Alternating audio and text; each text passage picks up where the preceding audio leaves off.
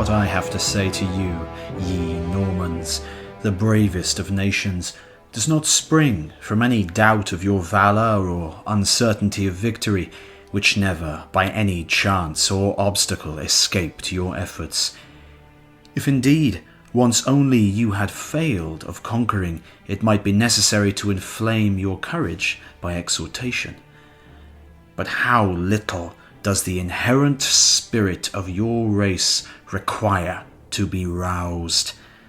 Most valiant of men, what availed the power of the Frank king with all his people from Lorraine to Spain against Hastings, my predecessor? What he wanted of the territory of France he appropriated to himself. Only what he chose was left to the king. What he had, he held during his pleasure. When he was satisfied, he relinquished it and looked for something better. Did not Rollo, my ancestor, the founder of our nation, with your progenitors, conquer at Paris the king of the Franks, in the heart of his dominions?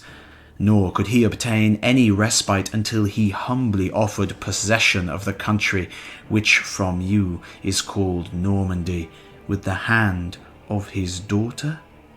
Did not your fathers take prisoner the king of the French, and detained him at Rouen until he restored Normandy to your Duke Richard, with this stipulation that in every conference between the king of France and the Duke of Normandy, the duke should have his sword by his side, while the king should not be allowed so much as a dagger?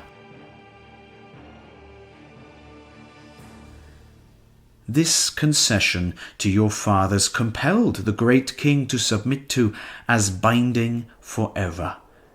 Did not the same duke lead your fathers to Mermont, at the foot of the Alps, and enforce submission from the lord of the town, his son-in-law, to his own wife, the duke's daughter?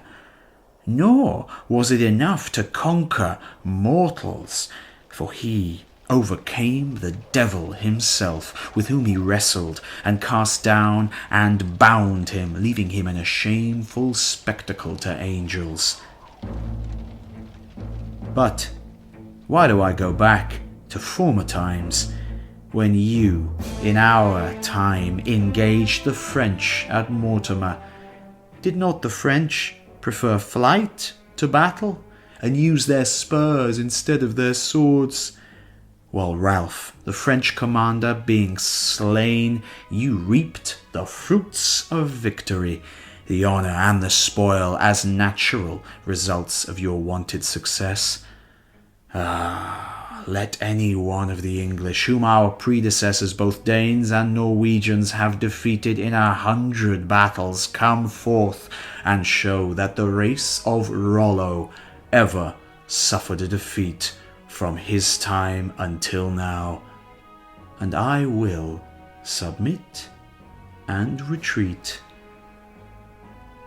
Is it not shameful, then, that a people accustomed to be conquered, a people ignorant of the art of war, a people not even in possession of arrows, should make a show of being arrayed in order of battle against you, most valiant?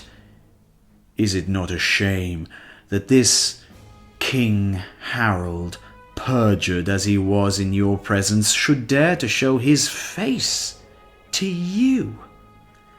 It is a wonder to me that you have been allowed to see those who by a horrible crime beheaded your relations and Alfred, my kinsman, and that their own accursed heads are still on their shoulders. Raise, then, your standards, my brave men, and set no bounds to your merited rage. Let the lightning of your glory flash, and the thunders of your onset be heard from east to west, and be the avengers of the noble blood which has been spilled.